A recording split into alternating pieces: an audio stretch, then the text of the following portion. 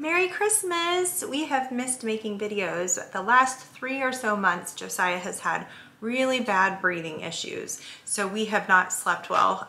He has woken up in the middle of the night calling out for us to help him do breathing treatments with the nebulizer and things like that. So we've had some time where I have stayed in his room to help him. Hi, sweetness. I'm talking about you. Uh-huh. Did you want to come over here? You can come. Why are you talking about me?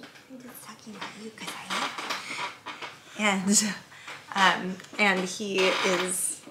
Oh, did you want to say anything? Do you want to say Merry Christmas? Merry Christmas. Merry Christmas. What were you doing? Watching the town of Bethlehem. Oh, that's fun. You gonna keep watching? No, I decided not. You're gonna do something else? Okay, babe. Bye-bye. Bye-bye. Bye. We have always had to monitor Josiah's breathing because asthma does run in his birth family, and so we just want to be cautious and make sure that he's okay. So we have had to take him to the doctor, and we've had to take him even to the emergency room a couple of times just because we've been concerned and wanting to make sure that he's able to breathe and that we're doing everything that we need to do at home to keep him healthy and happy. And so that is something that's kind of ongoing for us, but it seems to have gotten more critical here recently. We have been very concerned, obviously, about his breathing and have taken him to the doctor multiple times. But one of the times when I took him in, the nurse practitioner was, which I love nurses. I have a lot of friends who are nurses. One of my daughters wants to be a nurse, but this particular nurse was pretty dismissive and told me, well, there's an albuterol shortage, so I don't even know if I should prescribe him any. And like, he can't breathe unless we do breathing treatments.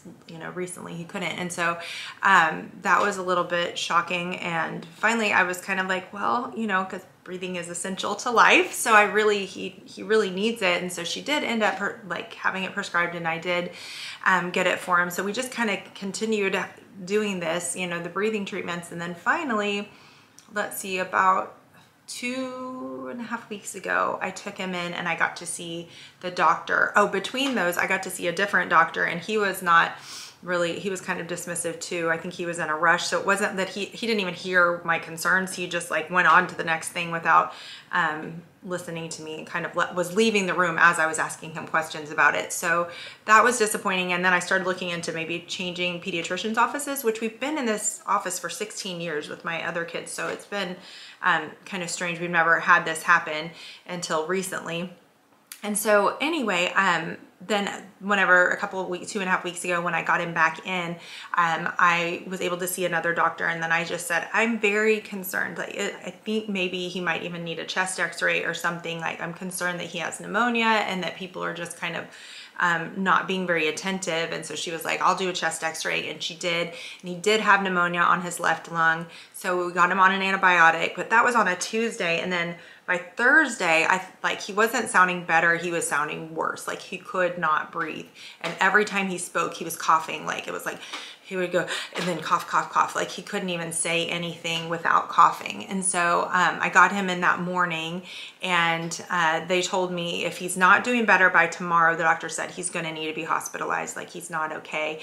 And so that night, my husband and I set our alarm, and every 2 hours went in and checked on him and then did breathing treatments. And by the next day, that was a Friday then, he was doing really well. So she had made an appointment for us to see her that next day. So we went in, and the doctor was like, he's doing so much better. She said, I can't tell you how much sleep I lost over him. She said, I kept thinking last night I should have hospitalized him yesterday because he really couldn't breathe.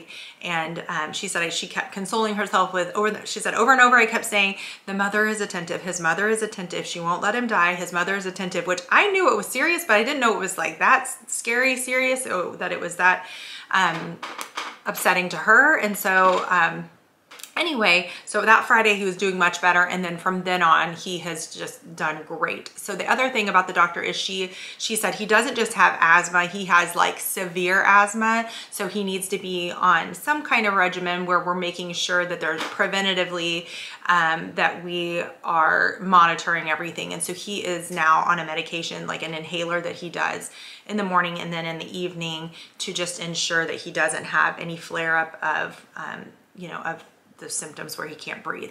So, so that's been so much better the last couple weeks. We are so pleased to have a doctor who is like helping us, because I just kept feeling like I'm trying to be his advocate, but I'm not. I didn't feel like people were listening to me, and it's been very refreshing. So she's going to see him again in January to do an asthma check. They on Thursday, so just here before Christmas, they did they checked him again for the pneumonia, and everything is clear, so he's doing great, and we're so thankful.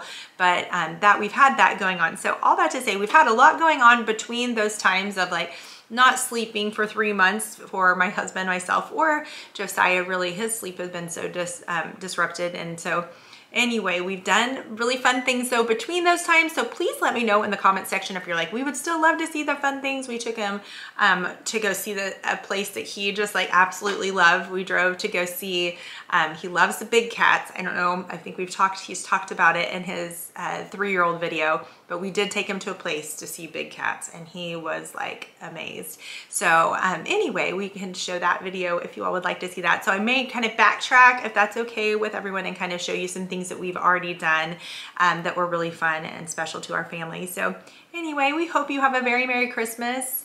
My oven's about to go off because I'm baking something. So anyway, I just wanted to say also, one of our daughters has, she was diagnosed with the flu this last week. So we are having a little bit quieter Christmas. My family knows that that our oldest daughter has had the flu, and they said they still want us to come for Christmas. The rest of us are not having any symptoms, and we have kept her kind of quarantined away from everyone else. We even, the day that Josiah went in for his check to check his lungs again for the pneumonia, she had an appointment at the same time, and my husband and I actually drove 2 different cars so that they could be in 2 different waiting rooms, and we could have him not be exposed to her at all, because we had just felt like we were managing his breathing and getting that under control. And so she wore a mask in the car with my husband, and I drove Josiah to the doctor, and then we sat in 2 separate waiting rooms just to make sure that he doesn't get sick. So we're just hoping that everyone else stays well and that we don't have any more breathing problems for anyone, because our daughter now, poor thing, the flu is not fun, so that's been rough on her. But hopefully soon everyone will be really well, and we will be able to enjoy continue celebrating Christmas. And we ended up doing Josiah his little gifts and things this morning separately, you know, from the girls. And so anyway, it's been a little bit strange of a Christmas. We didn't get to go to Christmas Eve service yesterday, so it's just like, it's been a little bit different, but we're grateful that we are typically healthy, and we're just grateful for all that God has done in our lives, that we have each other, and that we have wonderful friends, and we're thankful for all of you. And so we just hope that you are having a very merry, wonderful Christmas, and we hope to see you again soon. Okay, thank you so much for watching. Bye-bye.